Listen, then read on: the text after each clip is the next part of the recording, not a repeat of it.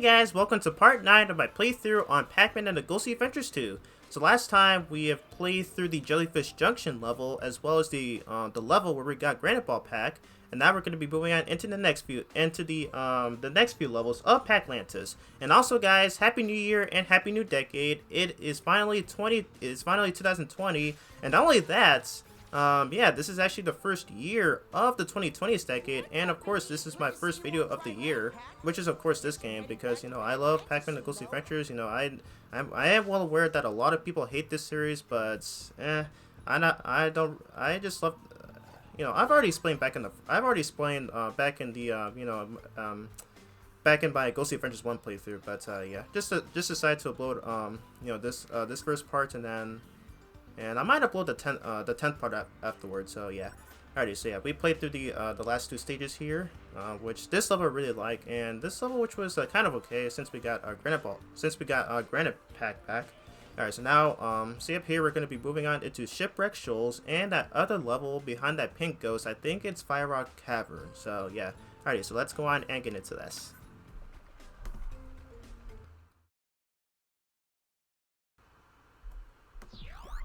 Oh wow, so I never realized, okay, so that thing that was shown in the loading screen was called a plasma orb. Okay, so now I finally remember what it's called.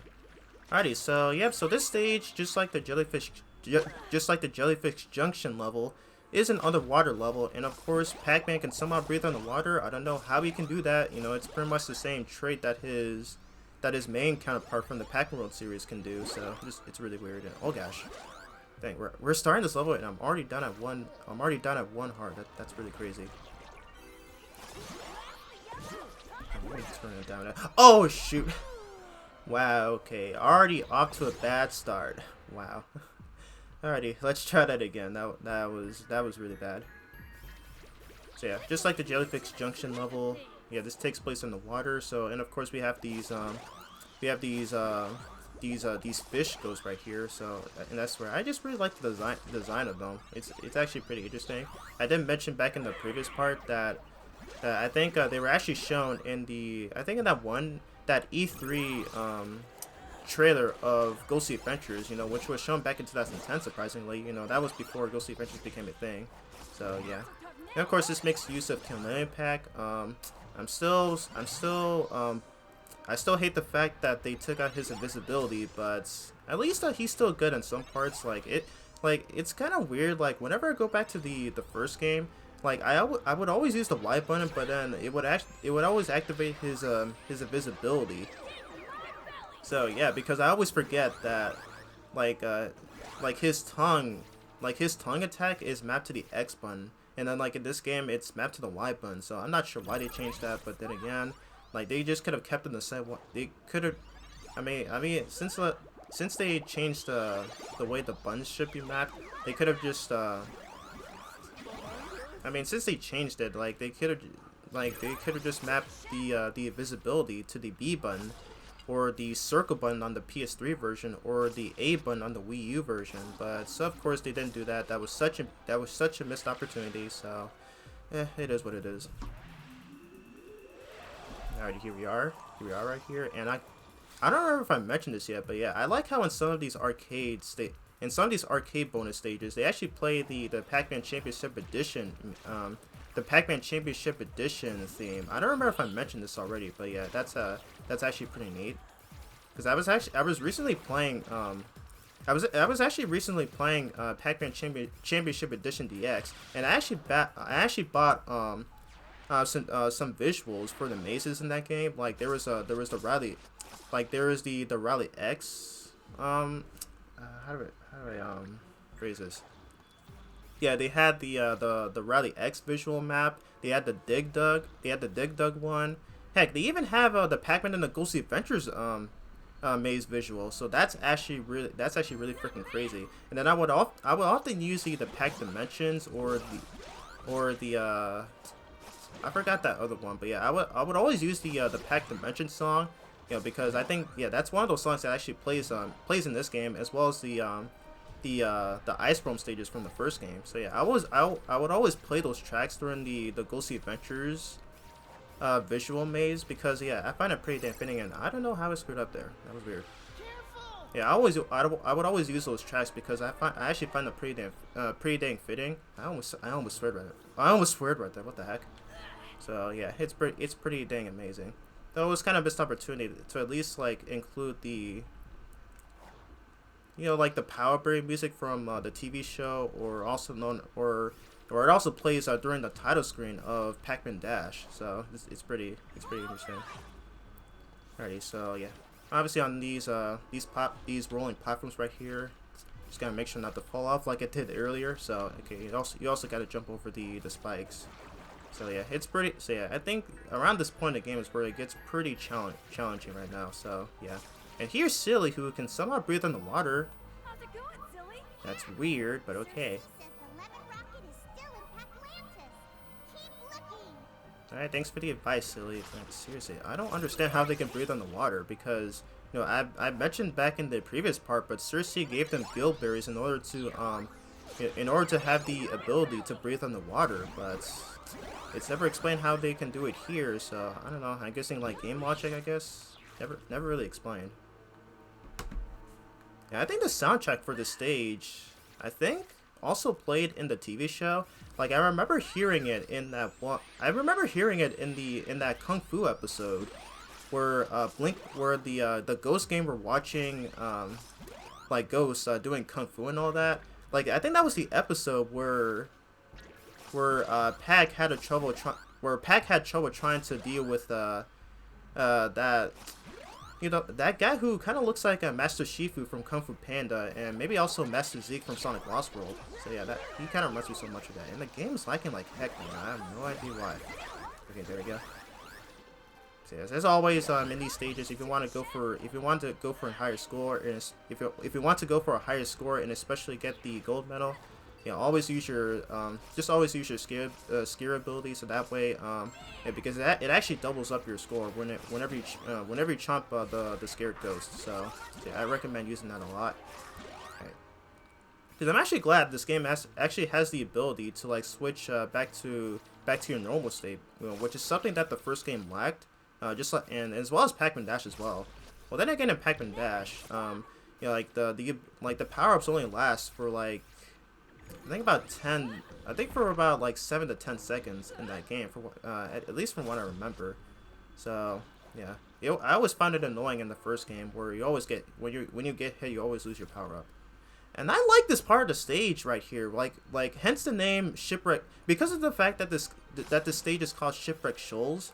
Yeah, it actually shows a ship right here, which was not actually shown in the episode, the Paclantis episode. It kind of reminds me of that one SpongeBob episode where SpongeBob and Patrick find where SpongeBob and Patrick find a dead ship, and then later on Mr. Krabs uses it as pretty much as a Disneyland X ride. So I gotta say, it kind of reminds me so much of that episode from SpongeBob. So yeah, it's pretty dang interesting. Alright, so we're on this platform again. Gotta be careful around here. But still, though, I really wish Pac-Man can swim in this game, because in Pac-Man World 2, I think that's something I also mentioned back in the last part, but yeah, he was shown to be wearing some aqua gear on his feet, and then he can cleanly swim. So why couldn't that be the case for Ghostly Adventures Pac-Man right here? Makes no sense. Alright, grab the shark, slam it into the ground. And whoosh, take that. I seriously love that you can do that. Because I always loved in the episode where he grabs the shark's tail and then he slams him into the other sharks. That was actually a freaking awesome moment. Not gonna lie. And there we go. We got that gold medal, like always. Yeah, it's kind of weird how we got that silver medal back in the previous stage in the last part, though. So yeah, I will say it's probably one of the most difficult stages to get a gold medal in. So yeah, it's really weird.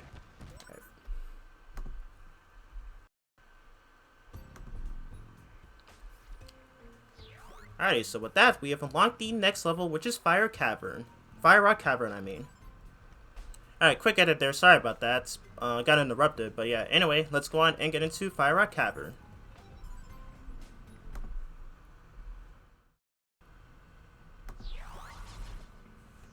Alrighty, so here we are on this stage, and it once again makes good use of Fire Pack right here, and right off the bat, I really love. Okay, so just like in the first game, just like in the first game, Fire Pack's fireball attacks are long range. So like no matter how far away the enemies are, you can still hit. And on top of that, it's actually it even homes in on them, which is actually pretty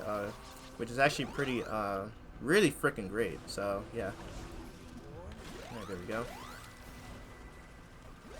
And I think they use the same exact lines from the first game, as well as the Fire Ghost, which is really weird. Like you think, like we're in the second game now, so you'd think they'd use some new lines for them, but no, they're still pretty much the same. There we go.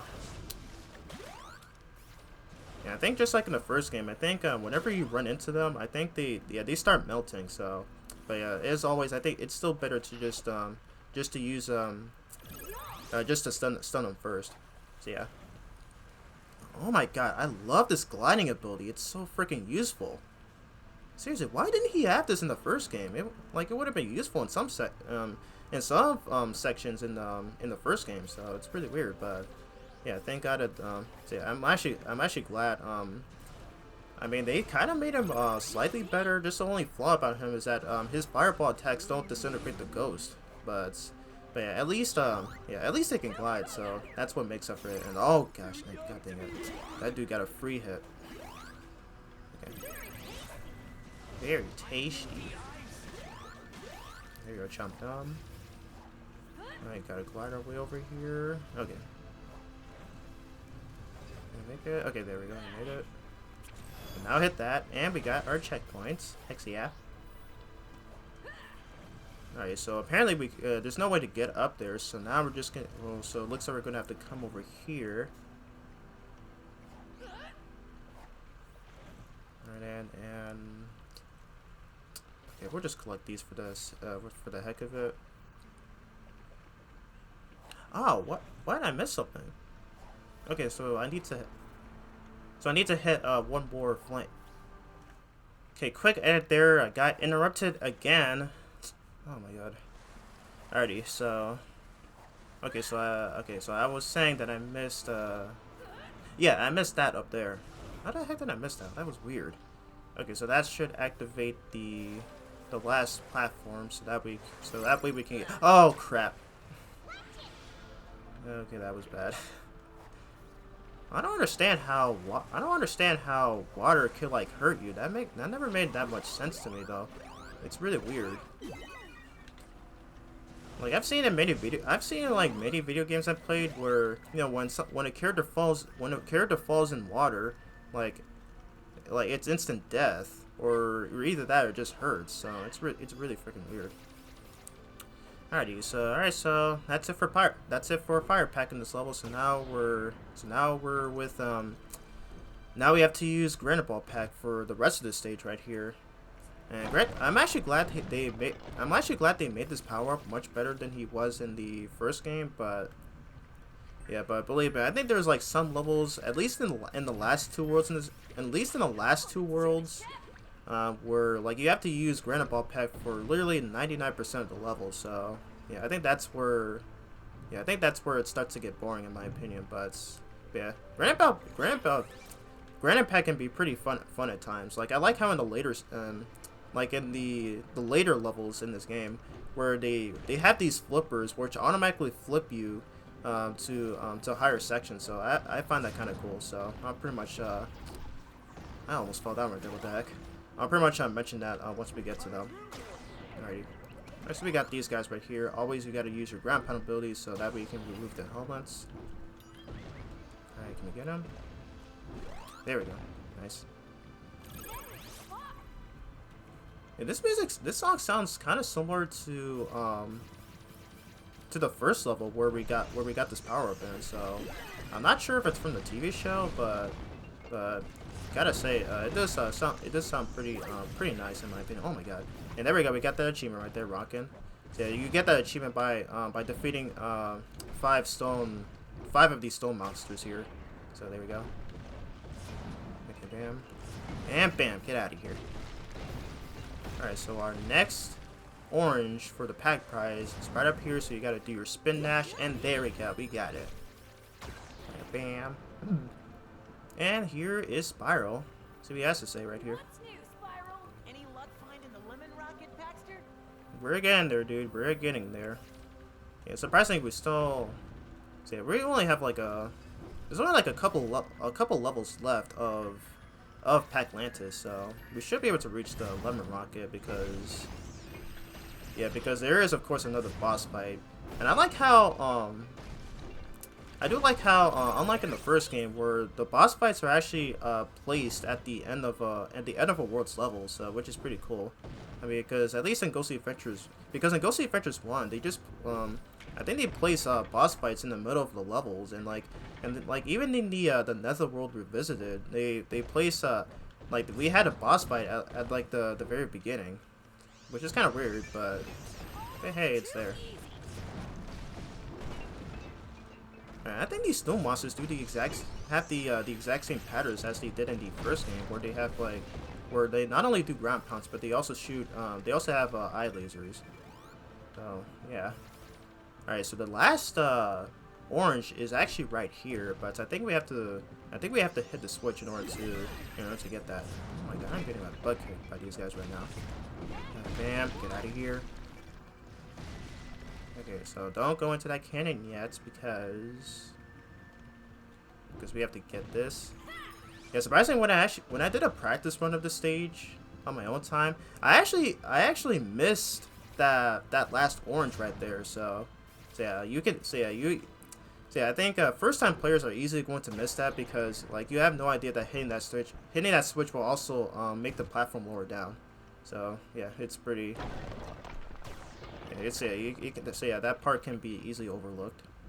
I also like how whenever you hit the stone pillars after being launched out of a cannon, Pac-Man doesn't actually lose his granite ball state, which is actually pretty nice because each time in the first game, whenever he hits something after being shot out of a cannon, he always goes back to his regular state. It always knocks him out of his regular state, which I always found kind of weird. Oh my god. I'm actually so glad that falling down pits doesn't kill you in this game, which is pretty awesome. Okay. I use these platforms right here. I don't know if I mentioned this yet, but this kind of reminds me of the SpongeBob. What is it? The SpongeBob stages from the SpongeBob movie game, and I believe the SpongeBob sections in SpongeBob Battle for Bikini Bottom, where you play a SpongeBob as a ball, and then yeah, then you pretty much just roll around all over the place. That's kind of what this reminds me of.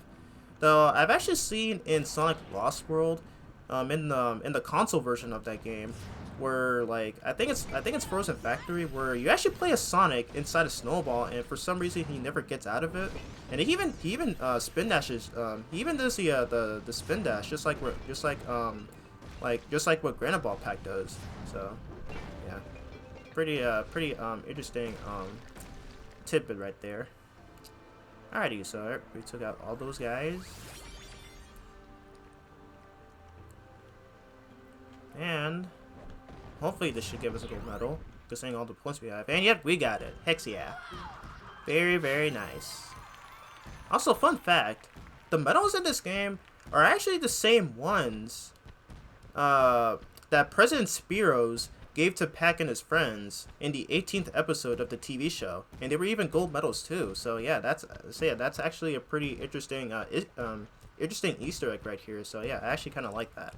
There we go. We have like 141,000 points. That's crazy, but yeah, there we go. We completed this stage, and we got ourselves that gold medal like always. Alright, so we have unlocked the next level, which is downtown Paclantis, but we're just gonna end off right here. I don't know how long this video is right now, considering that it's literally 23 minutes of recording, and I would do the what is it? Yeah, I would do this bonus stage right here, but I don't know. That's probably gonna make the video much longer, so I don't know how long it is. So yeah, I'm pretty much gonna have to end it off here. So yeah, all right. Let's see what Clyde has to say. You look a little broody, Pac.